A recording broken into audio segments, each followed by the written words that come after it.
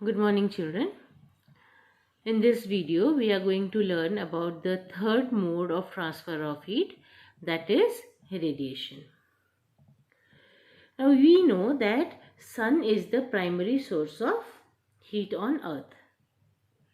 Okay, then how does the sun reaches us?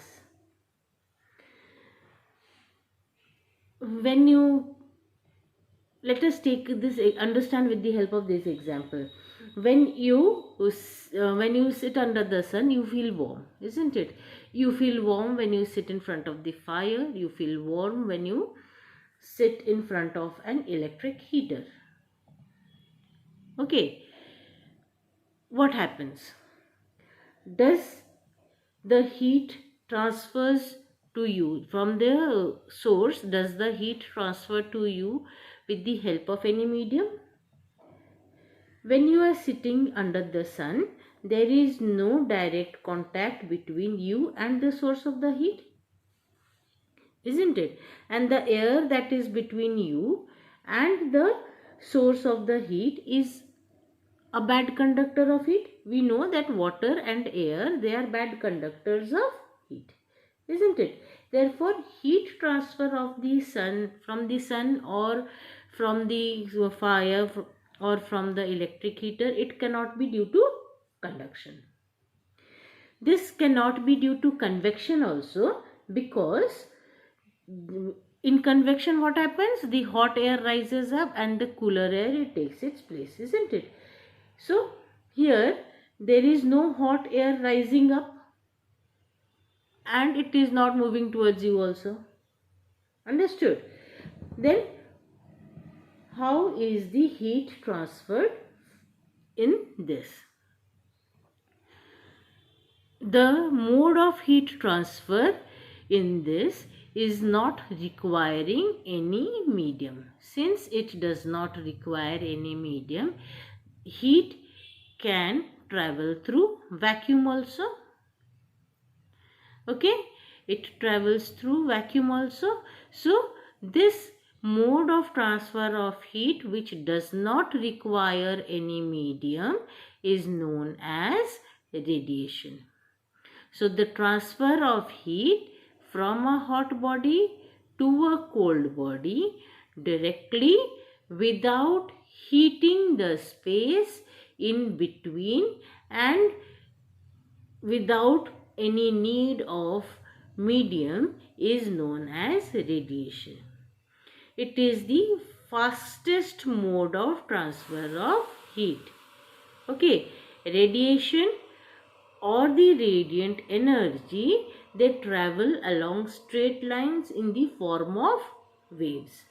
Okay, and this radiant energy is capable of traveling through the vacuum just like light waves. Clear? Now coming to absorption and reflection of the radiant heat. I told you that radiant heat is just like light waves. Okay, light waves gets reflected. Similar way, heat radiation can also be reflected. Okay, so the radiant energy that falls on an object or that is incident on an object is partly absorbed and it is partly reflected depending upon the color of the object. Okay, some part of it, of the radiant energy, it gets absorbed by the object and some part is reflected by it, and this depends on the color of the object. Clear? If the object absorbs the radiant heat, then it becomes warmer. Okay, and the amount of the absorbed or the reflected radiant heat, it depends on the color and also on the nature of the object. Clear? Dark colored objects, they absorb more of the heat radiation than light colored objects. Okay, then dull color objects, they dull surfaces, they absorb more of the heat radiations than shiny surfaces. Okay,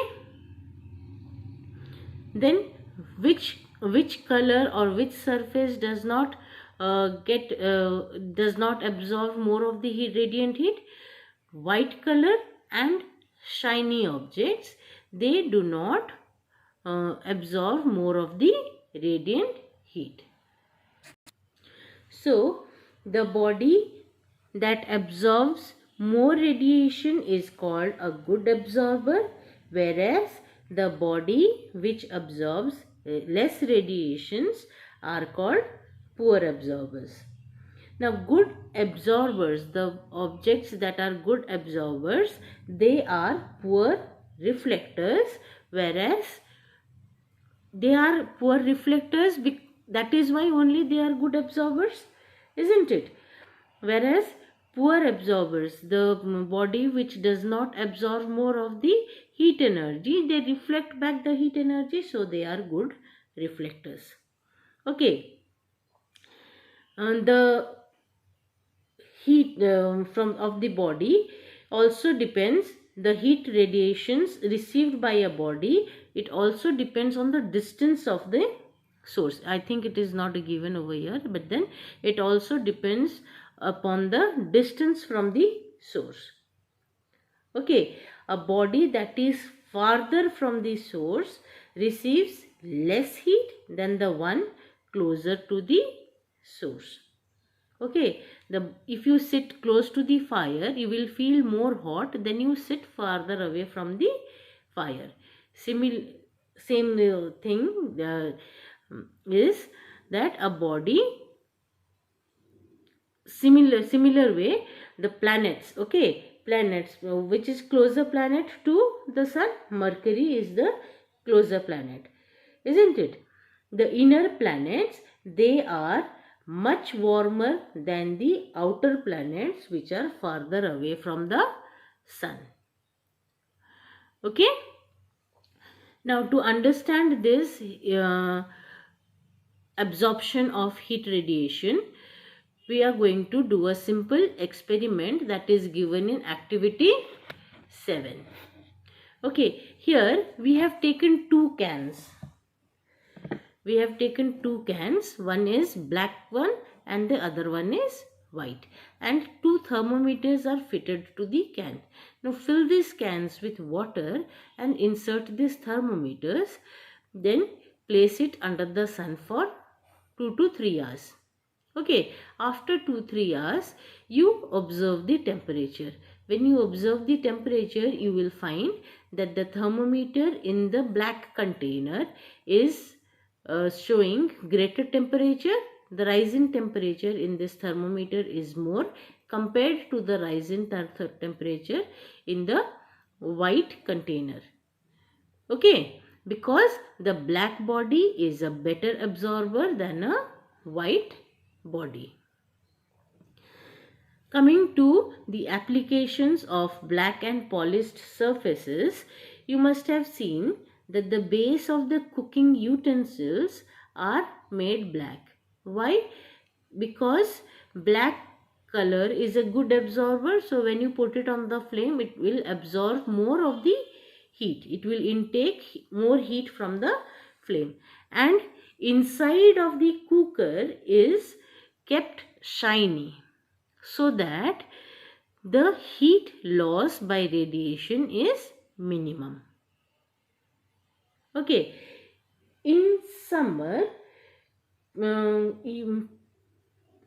you are asked to wear light colored clothes, but in winter you are asked to wear dark colored clothes, black or dark colored clothes, because white or light colored clothes, they are bad absorbers and they keep us cool. Okay, but then in winter we wear black or dark colored clothes because they are good absorbers of heat and they keep us warm. Clear? If you have electric room heaters at home, you must have seen that just behind the coil, the coil gets heated up when you plug in. Just behind the coil there is a polished metal surface, isn't it? Why is that polished metal surface given over there? Because the surface, when this coil will get heated up and it will fall on the surface of the on that polished surface, the surface will reflect the radiant heat that falls on it, and it will come towards the person who is sitting in front of the heater. Okay, that is why electric heaters, they have polished surfaces behind the element, okay, that gets heated up.